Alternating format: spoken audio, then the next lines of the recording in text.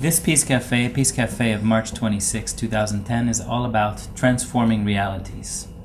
We decided there are three realities we have to change. Realities on the ground. And they are economic reality, political reality, and cultural realities.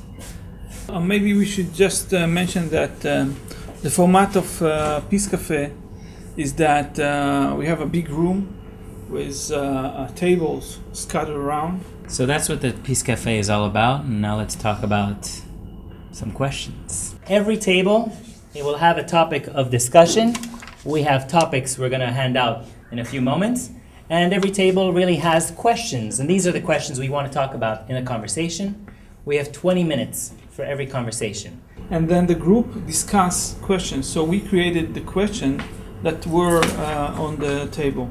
So as an example, something we talked about was, how do you feel that the Israeli-Palestinian conflict affects your daily life? The main question was, how do you feel that the Israeli-Palestinian conflict affects your daily life? What political change would make your daily life better? Who is working towards that change? On one of the tables I attended, we spoke about starting new business initiatives together and about existing initiatives. And first of all, I learned about initiatives that already exist. Like, for example, a project that there is in Jerusalem by MIT to teach students, both Palestinians and Israelis, during their school years, the first 2 years that you learn in computer science for an undergrad degree, with where the teachers are professors from MIT that come to Israel, which sounds great to me. So it was inspiring to hear, and a few thoughts we had were about the fact that I don't know, you need to find decision makers that can do it.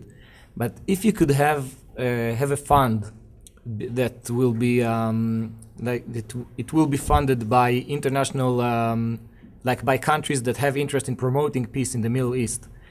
For example, building infrastructure in the occupied territories in Palestine. But the companies that actually have to do the work must meet certain rules that are rules that enforce them to be joint ventures. These companies must employ both Israelis and Palestinians, that the design should be common, that the actual building of infrastructure in Palestine will be by companies that themselves exercise coexistence, then it could be an interesting business initiative.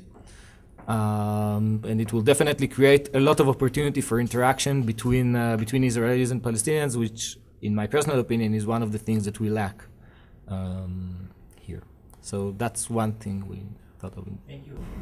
So for business initiatives, we see that people on the table recognize that there is already activity that a lot of people are not aware of in Israel about creating infrastructure for building businesses together.